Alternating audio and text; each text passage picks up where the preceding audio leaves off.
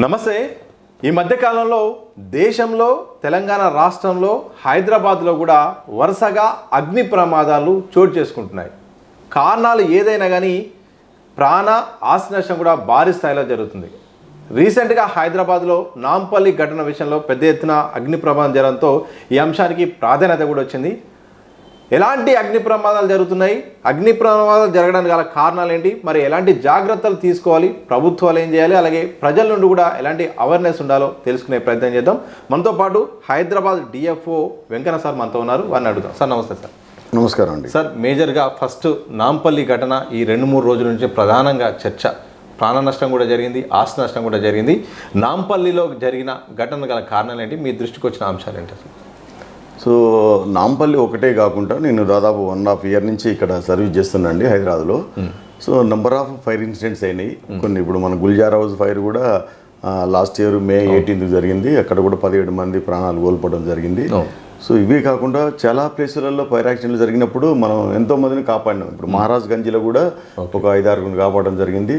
జిర్రాలో కూడా ఒక fire accident అయితే 14 మందిని కాపాడడం జరిగింది. అదే సేమ్ డే ఏదైతే గుల్జార్ హౌస్ ఫైర్ జరిగిందో అదే రోజు వేరే ప్రాంతంలో కూడా ఒక 50 మందిని ఇవాక్యుయేట్ చేయడం జరిగింది సేఫ్గా. లేకపోతే వాళ్ళందరూ కూడా ప్రాణాలకు ముప్పు ఉంటుండే.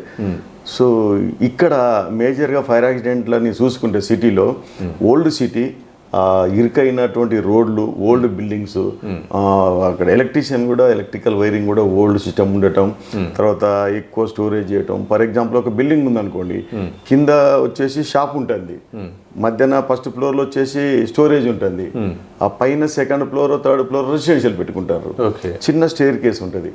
సో ఆ స్టేర్ కేస్ మీద కూడా అబ్స్ట్రక్షన్స్ ఉంటా ఉంటాయి, అవి ఎక్విప్మెంట్ అవి పెట్టడం జరుగుతూ ఉంటుంది. సో గల్లీలలో మన పెద్ద వెహికల్ పోలేని పరిస్థితి.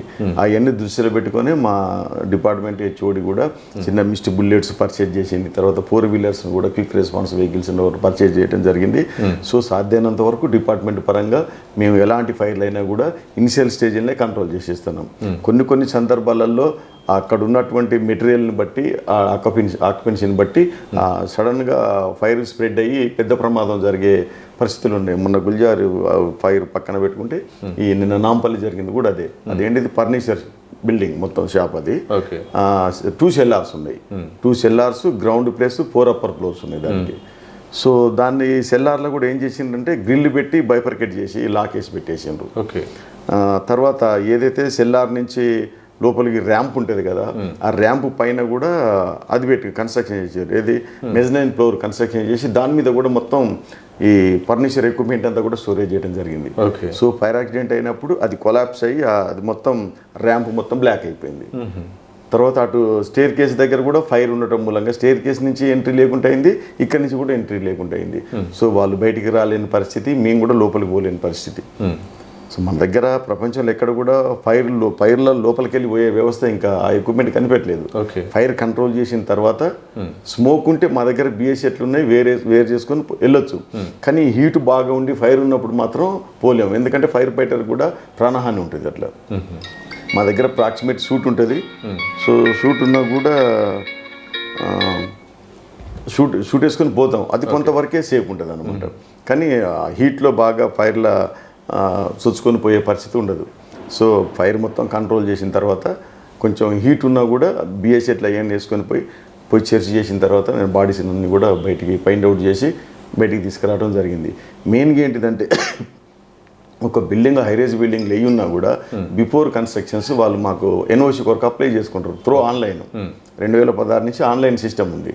చేసుకున్నప్పుడు ఆ బిల్డింగ్ ఆక్యుపెన్సీని బట్టి ఏమేమి కావాలనేది ఉన్నటువంటి రూల్స్ని దృష్టిలో పెట్టుకొని వాళ్ళకి మొత్తం గైడెన్స్ ఇవ్వడం జరుగుతుంది ఎన్ఓసిలో. దాని ప్రకారంగా సేఫ్టీ మెజర్స్ అన్ని పెట్టుకొని బిల్డింగ్ కంప్లీషన్ అయిన తర్వాత అవన్నీ వర్కింగ్ కండిషన్లు పెట్టుకొని మళ్ళీ ఆక్యుపెన్సీ ఎన్ఓసికి వస్తారు మన దగ్గరికి. వచ్చినప్పుడు మా డీజీ గారు టీముని వేస్తారు అఫీషియల్గా. ఆ టీం వెళ్ళి ఇన్స్పెక్షన్ చేసేసి అవన్నీ పనిచేస్తేనే లేవా, మేము ఇచ్చిన ప్రొవిజనల్ ఎన్ఓసి ప్రకారంగా పెట్టిందా లేదా, అవి వర్కింగ్ కండిషన్లో ఉన్నాయా లేవా అనేది మొత్తం చెక్ చేసి ఉంటేనే ఆక్యుపెన్సీ అనేది ఇస్తాం. దాని తర్వాత మళ్ళీ 1 yearకి ఒకసారి కానీ 5 yearsకి ఒకసారి కానీ రెన్యువల్స్ ఉంటాయి అట్లా. సో ఆ మధ్య కాలంలో కూడా వాళ్ళు ఒక ఫైర్ సేఫ్టీ ఆఫీసర్ని వాళ్ళు పెట్టుకొని అవన్నీ కూడా వర్కింగ్ కండిషన్లో ఉండేటట్టుగా పెట్టుకొని ఎన్ష్యూర్ చేసుకోవాలి. ప్రతి ఫ్లోర్కి ఒక ఫైర్ వార్డన్ పెట్టుకొని ఏ ఫ్లోర్లో ఏదైనా కూడా ఎవరు ఇన్ఛార్జి అనేది వాళ్ళు అంత రిజిగ్నేషన్ చేసుకొని పెట్టుకున్నట్టయితే ఈ ఏదైనా ప్రమాదం జరిగినప్పుడు ఇమీడియట్గా యాక్షన్ తీసుకోవడానికి ఉంటుంది. తర్వాత అట్లనే ఒక ఫైర్ సేఫ్టీ ఆఫీసర్ని కూడా పెట్టుకుని మా దగ్గర రిటైర్డ్ ఆఫీసర్లను కూడా పెట్టుకుంటారు చాలా. సో అట్లా పెట్టుకున్నట్టయితే అందులో ఉన్నటువంటి పంపులు కానీ ఫైర్ ఎక్విప్మెంట్ కానీ పనిచేస్తానే లేవా, ఒకళ్ళు చేయకుంటే ఇమీడియట్గా వాటిని పనిచేసేటట్టుగా వాటిని రెక్టిఫై చేసుకుని ఎట్లా వర్కింగ్ కండిషన్లో పెట్టుకోవాలనేది చూసుకోవడానికి ఆస్కారం ఉంటుంది. సెల్లార్ అంటే only meant for parking, only వెహికల్స్కే పెట్టుకోవాలి, వెహికల్ పార్కింగ్ కొరకే. దాన్ని వదిలిపెట్టేసి ఎవరేం చేస్తారు ఎవరేం చూస్తారు అన్నట్టు ఉద్దేశంతో ఇష్టం ఉన్నట్టు స్టోరేజ్ దీనికి పెట్టి అంత బ్లాక్ చేసేస్తే ఇట్లా ప్రమాదాలు జరిగినప్పుడు ప్రాణాలు పోయే అవకాశం ఉంటుంది. సార్ మరోవైపు హైదరాబాద్ పెద్ద మహానగరం, చాలా హైరైజ్ బిల్డింగ్లు కూడా వరుసగా కూడా వస్తున్నాయి. చాలామంది కూడా ఫైర్ సేఫ్టీ సంబంధించిన సర్టిఫికేట్లు కూడా తీసుకోవట్లేదని ఒక సమస్య వచ్చింది. ఇంకొకటి అవేర్నెస్ లేదని ఒక అంశం కూడా కనిపిస్తుంది. మీరు గమనించింది ఏంటి అసలు? అయితే ఇక్కడ 2 పాయింట్లు అండి. ఫైర్ సేఫ్టీ తీసుకోకపోవడం అంటే కొన్ని ఓల్డ్ బిల్డింగ్స్ ఉన్నాయి. ఓల్డ్ బిల్డింగ్ అంటే కొన్ని రూల్స్ ప్రకారంగా చుట్టూ ఫైర్ వెహికల్ మూవ్మెంట్ కొరకు సెట్ బ్యాక్స్ ఉండాలి. ఆ సెట్ బ్యాక్ లేకుండా సరైన స్టేర్ కేస్ లేకుండా ఉంటే వాళ్ళకి ఎన్ఓసి ఇస్తలేరు. ఎందుకంటే అధికారులు ఉన్నది రూల్స్ను పాటిస్తే అందుకే ఆ రూల్స్కి వ్యతిరేకంగా రూల్స్కి అనుకూలంగా లేకుంటే వాటికి ఎన్ఓసి ఇవ్వడం అనేది కుదరదు. తర్వాత సెకండ్ పాయింట్ వచ్చేసి మీరు అన్నారు అవేర్నెస్ చేస్తలేరు అని, అది మా హెచ్ఓడి ఎప్పటికప్పుడు ఇన్స్ట్రక్షన్ చేస్తూనే ఉన్నారు. మా డీజీ ఫైర్ సర్వీస్ గారు కానీ మా కింద మిగతా సీనియర్ ఆఫీసర్స్ అందరూ కూడా ఎప్పటికీ every month every time monitor చేస్తూనే ఉన్నారు. మనకు హైదరాబాద్ జిల్లాలో వచ్చేసి 21 ఫైర్ స్టేషన్లు ఉన్నాయండి. 21 ఫైర్ స్టేషన్ పరిధిలో ఎవ్రీ ఫ్రైడే ప్రతి ఫ్రైడే రోజు మాక్ డ్రిల్ కండక్ట్ చేస్తూనే ఉంటారు. మా దగ్గర అంతా రికార్డు ఉంది. ప్రతిదీ కూడా మేము అన్ని ఎప్పటికప్పుడు మంత్లీ రిపోర్ట్లు అప్లోడ్ చేస్తాం హెచ్ఓడికి.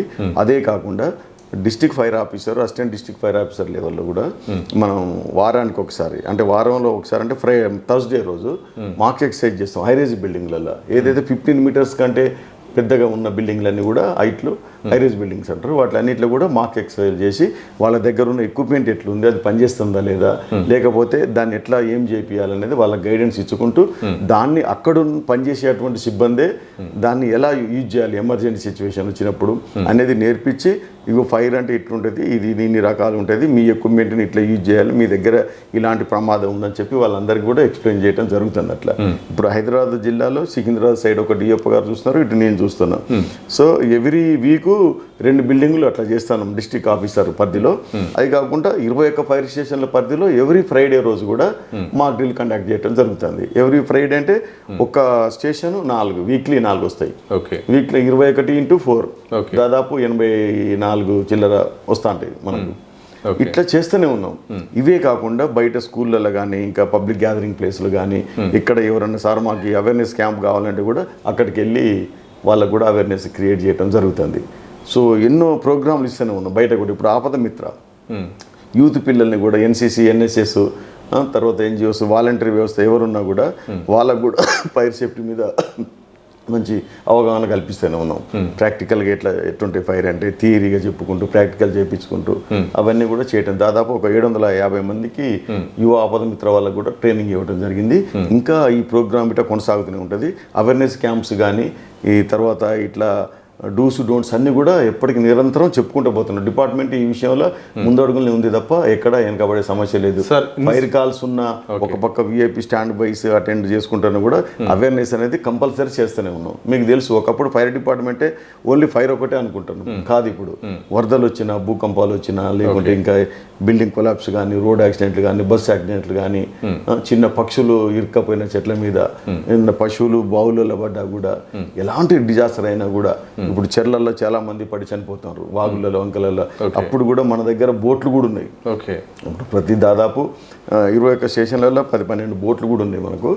అన్ని ఏదన్నా వాటర్ రెస్క్యూ ఆపరేషన్ వచ్చినప్పుడు కూడా వెళ్ళి రెస్క్యూ చేయడం జరుగుతుంది. ఇట్లా రోల్ ఇంకా రోజు రోజుకు పెరిగిపోతుంది. దానికి తగ్గట్టుగానే మా హెచ్ఓడి ప్లానింగ్ తయారు చేస్తుంది. ట్రైనింగ్, ఎక్విప్మెంట్ అవన్నీ కూడా ఎక్విప్మెంట్ పర్చేజ్ చేసి దాని మీద ట్రైనింగ్ ఇచ్చేసి అవసరం వచ్చినప్పుడు వాటిని ఎట్లా యూజ్ చేయాలనేది కూడా ఇట్లా ముందుకు పోతూనే ఉంది. కొత్తగా అవసరానికి తగ్గట్టు ప్రణాళికలు చేసుకుంటూ మంచిగా డిపార్ట్మెంట్ని ఇంకా ముందంజలో తీసుకుపోయేందుకు మా హెచ్ఓడి ఇప్పుడు కూడా ప్రయత్నం చేస్తారు. సార్, ప్రమాదానికి సంబంధించిన సమాచారం మీకు తెలియగానే మీరు వెళ్ళడానికి సిద్ధంగా ఉన్నారు. దాని దగ్గర కూడా ఎక్విప్మెంట్ ఉన్నా కానీ అక్కడికి ఆ ఘటనకు వెళ్ళడానికి సరైన దారి లేదు, వెళ్ళే పరిస్థితి లేదని కూడా వార్తలు వస్తున్నాయి. నిజంగా ఇట్లాంటి పరిస్థితుల్లో మరి ఎట్లా ట్యాకిల్ చేస్తారు? సో ఇక్కడ మనకు ఇక్కడ మీరు మంచి క్వశ్చన్ అడిగిండ్రు. 21 ఫైర్ స్టేషన్స్ ఉన్నాయండి. ఇప్పుడు 21 ఫైర్ స్టేషన్లలో ఇప్పుడు నాంపల్లి వచ్చేసరికి నియర్ బై అటు గౌలిగూడ గౌలిగూడ ఉంది, ఒక 2.5-3 కిలోమీటర్ల పరిధిలో ఉంటుంది. అటు పక్కన అసెంబ్లీ ఉంది. తర్వాత సరౌండింగ్ ఎక్కడ నియర్ బై ఉన్న ఫైర్ స్టేషన్లు అన్నింటిని కూడా మా ఫైర్ కంట్రోల్ రూమ్ వాళ్ళు అలర్ట్ చేస్తారు. ఇక్కడ ఫైర్ అయిందనగానే ఎమ్మటే లొకేషన్ షేర్ చేసి నియర్ బై స్టేషన్లు అన్నిటికి చేస్తే ఒకేసారి 3-4 ఫైర్ వెహికల్స్ అక్కడికి టర్న్ అవుట్ కావడం జరుగుతుంది. ఆడ సిచ్యువేషన్ అంచనా వేసుకొని ఇంకా వెహికల్స్ కావాలన్నా, నియర్ బై వాటర్ సోర్స్ ఎక్కడ ఉంది, ఎలాంటి ఎక్విప్మెంట్ కావాలి, ఇంకా ఇమ్మీడియట్గా సుపీరియర్ ఆఫీసర్స్కి ఇన్ఫర్మేషన్ ఇస్తే సుపీరియర్ ఆఫీసర్స్ కూడా స్పాట్కి వచ్చి వాళ్ళ మొత్తం సూపర్వైజ్ చేస్తూ ఉంటారు, మానిటర్ చేస్తూ ఉంటారు ఫైర్ ఫైటింగ్ ఆపరేషన్స్ని. సో ఇట్లా దాన్ని బేస్ చేసుకొని వెళ్తూ ఉంటాం. సిటీలో ఏంటంటే మనకు కొంచెం రోడ్లు పోటందుకు ఇమీడియట్గా ఫైర్ వెహికల్ సైరన్ తీసుకుంటూ గంట కొట్టుకుంటూ పోయినా కూడా పబ్లిక్ మీకు తెలుసు చూస్తూనే ఉన్నారు. సో సపరేట్ వే ఏం ఉండదు మనకు, అదే పబ్లిక్ పోయే రూట్ అనే పోవాలి. కాబట్టి ఆ పోలీస్ డిపార్ట్మెంట్ వాళ్ళకు కూడా ఇన్ఫర్మేషన్ ఇచ్చేస్తాం, ఎలక్ట్రిసిటీ డిపార్ట్మెంట్కు ఇన్ఫర్మేషన్ ఇచ్చేస్తే వాళ్ళు పవర్ ఆఫ్ చేసేస్తారు ఇమీడియట్గా. పోలీసు ద్వారా గ్రీన్ ఛానల్ ద్వారా మనకు క్లియరెన్స్ వరకు పోలీస్ డిపార్ట్మెంట్కి చెప్తే వాళ్ళు కూడా దాన్ని బ్లాక్ చేసేసి మనకు గ్రీన్ ఛానల్ క్రియేట్ చేస్తూ ఉంటారు. సో అట్లా ఏ డిపార్ట్మెంట్తో ఏం అవసరం అవుతే వాళ్ళతో రెవెన్యూ డిపార్ట్మెంట్ కానీ, పోలీసు కానీ, మున్సిపల్ కానీ, హైడ్రా టీమ్స్ కూడా వస్తున్నాయి. ఫైర్ యాక్సిడెంట్ అయినప్పుడు వాళ్ళు కూడా వచ్చి మాకు సపోర్ట్ చేస్తూనే ఉన్నారు.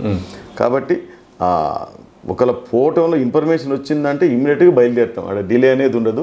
ఆడ ఏ ఎక్విప్మెంట్ అవసరం ఉంటే దాన్ని యూజ్ చేసి, నిన్న బిఎస్ఎట్లు అవసరం వేసుకొని పోవాల్సి వచ్చింది. ఎందుకంటే ఆక్సిజన్ డిప్షీట్ ఉంది, అక్కడ అంతా స్మోక్ ఉంది. మేము ఫైర్ ఫైటింగ్ చేయాలంటే మా డ్యూటీ ఏంది, మమ్మల్ని మేము కాపాడుకుంటూ ఇతరులు కాపాడాలి. So that is the most important. అప్పుడు బిఎస్ఎట్ ఒక 45 నిమిషాలు పనిచేస్తుంది.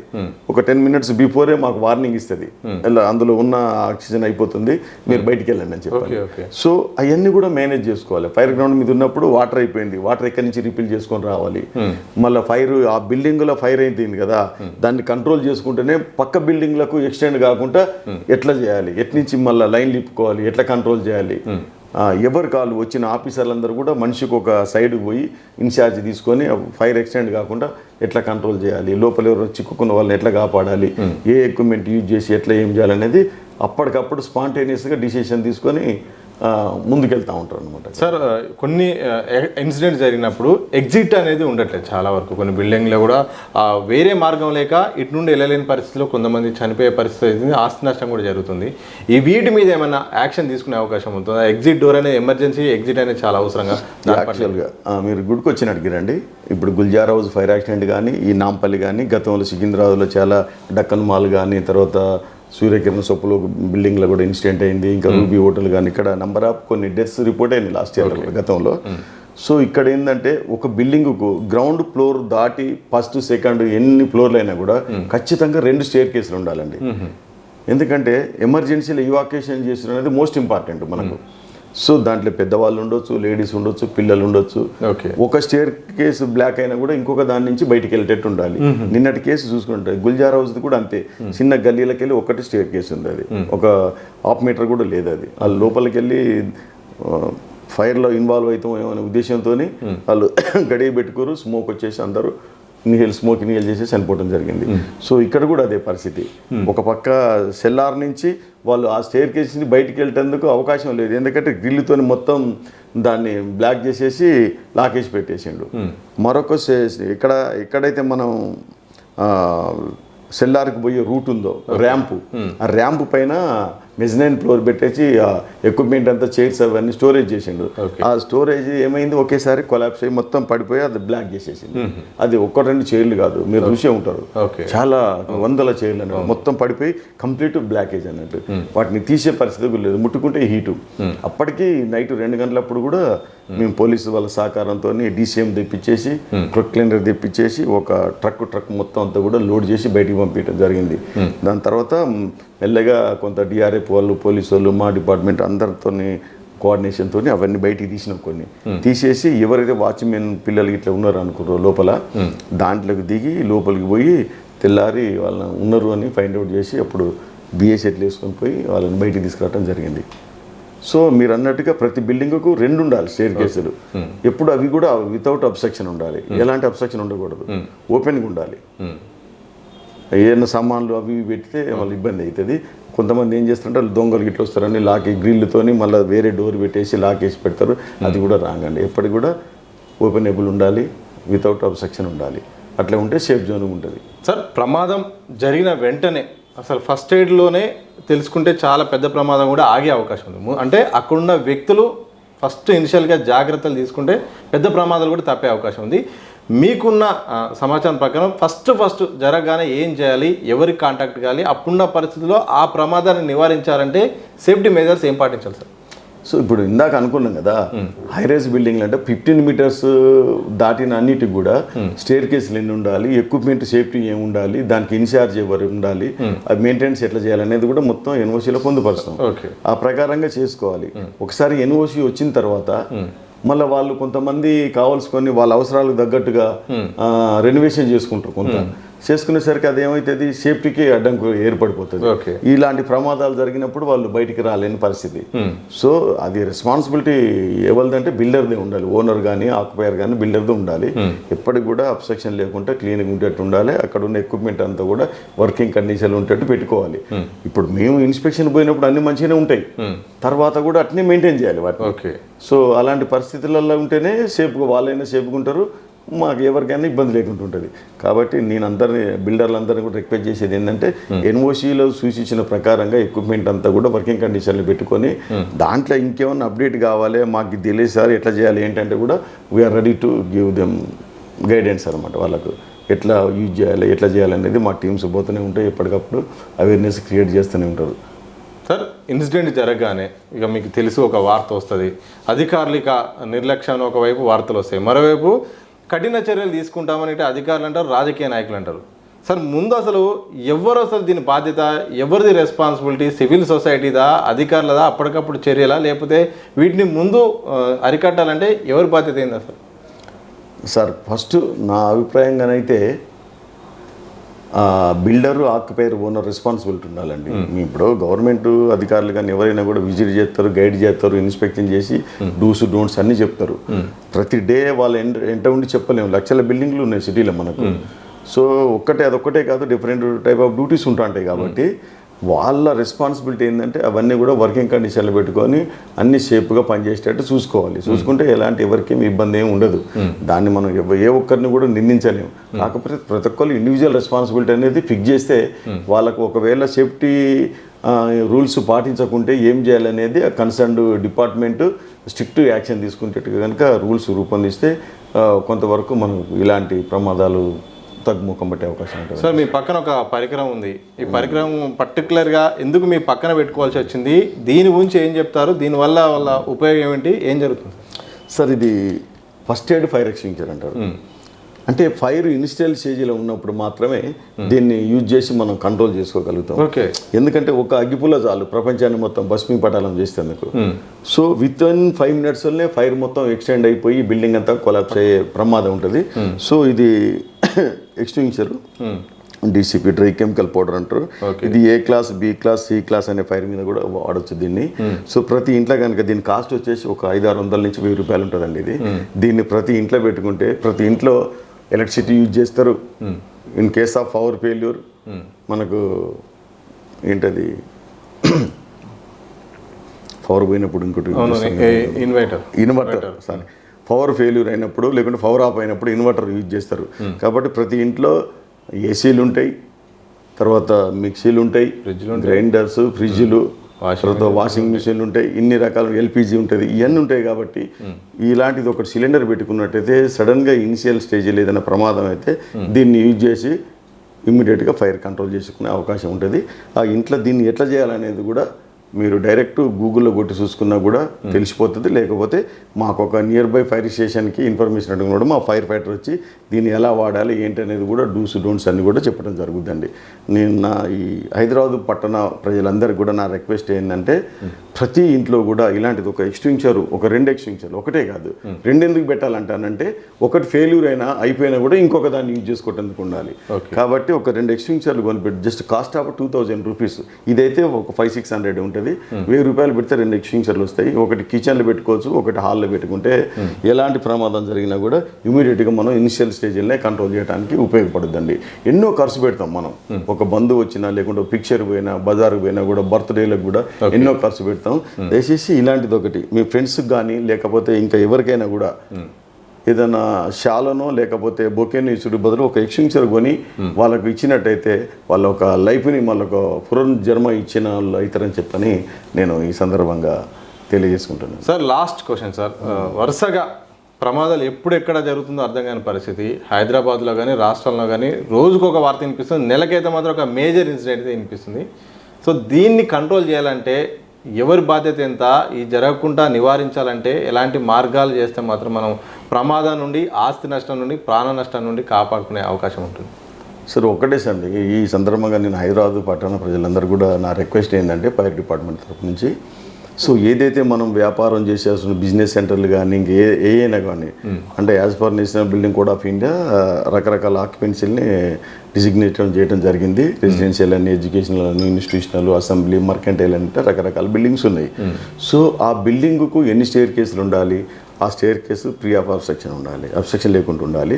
తర్వాత ఇష్టం ఉన్నట్టు స్టాక్స్ పెట్టుకోకూడదు. ఓకే. సో ఎలక్ట్రిసిటీ కూడా లోడ్ ఎంత ఉండాలనో ఎలక్ట్రిసిటీ డిపార్ట్మెంట్ నుంచి వాళ్ళు దాన్ని ఇన్స్పెక్షన్ చేయించుకొని ఎంతవరకు లోడ్ ఉండాలనో అంతే యూజ్ చేయాలి. అంతకుమించి మోతాదు వాళ్ళు లోడు దాని మీద పడేస్తే కూడా షార్ట్ సర్క్యూట్ వల్ల ప్రమాదాలు జరిగే అవకాశం ఉంది. తర్వాత మోర్ ఇంపార్టెంట్ ఏంటంటే ఎప్పుడూ పెట్టిన వైరింగ్ ఉంటుంది ఆ బిల్డింగ్లో, ఆ వైరింగ్ కూడా దెబ్బతిని ఓవర్లోడ్ వల్ల కూడా దెబ్బతిని ఇన్సులేషన్ దెబ్బతిని షార్ట్ సర్క్యూట్ ప్రమాదాలు జరిగే అవకాశం ఉంటుంది. ఆ వైరింగ్ కూడా రిప్లేస్ చేయాలి.